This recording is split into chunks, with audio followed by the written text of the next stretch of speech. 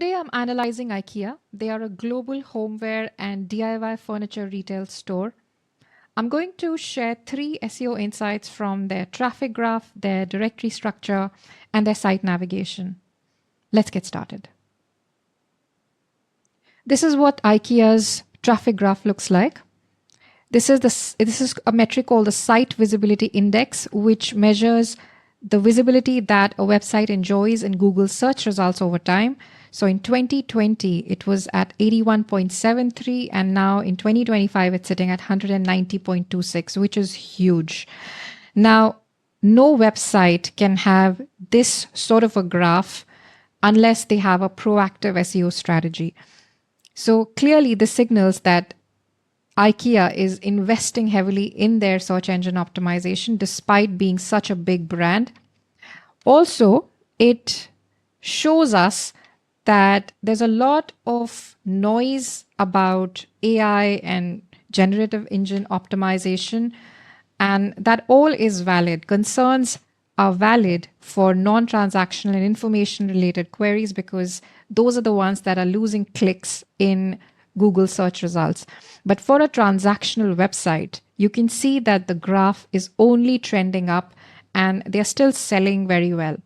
Now, some might argue that this is Ikea, but the principle still applies for any business that sells products because you can't buy products from an LLM. So that is the first takeaway. Now, the second thing is their directory structure. Because this is a global website and they operate in multiple countries, they have a subfolder structure targeting every country. So you can see that they have the GB, which is Great Britain, the United States, that's Netherlands, France, India, and it just goes down in terms of every single country that they are targeting. Now, what is interesting is that the bulk of their traffic, in fact, more than 90% of their traffic comes only from the GB version, which is, the UK English version.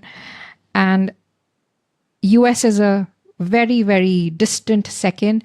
And then if we look at the other countries, the visibility index is negligible. And in fact, even the keywords that they rank for is much, much smaller as compared to the top directory, which is the GB directory.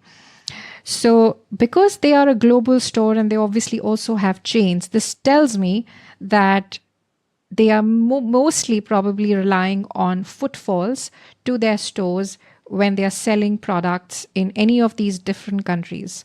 So from an international SEO perspective, I wonder if it makes sense to really have that many versions of the website. If there are local variations and the language settings, of course it makes sense. But just based on what I'm seeing, it doesn't look very impressive because there's not a whole lot of traffic that these countries are driving. The third is their navigation structure. So on the website, let's look at the example of shop by room. So I looked at the bathroom as one of the rooms that they're targeting, and they've got vanities, accessories, showers, bathroom sinks. And if I simply look at the URL structure, it's interesting that they are bathroom vanities, showers. They've got these numbers, which are probably that is internal to their way of categorizing products, like a category structure. But bathroom sinks, lighting. So they are ensuring that the navigation structure is absolutely clean and it's targeting the keywords that they really want to rank for.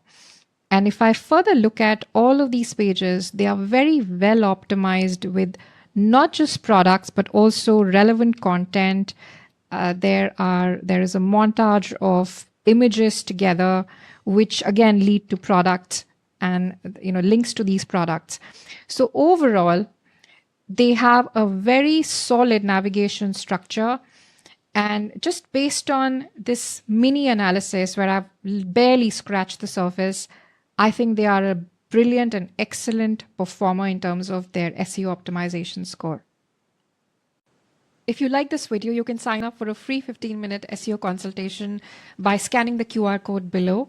Thanks so much for watching.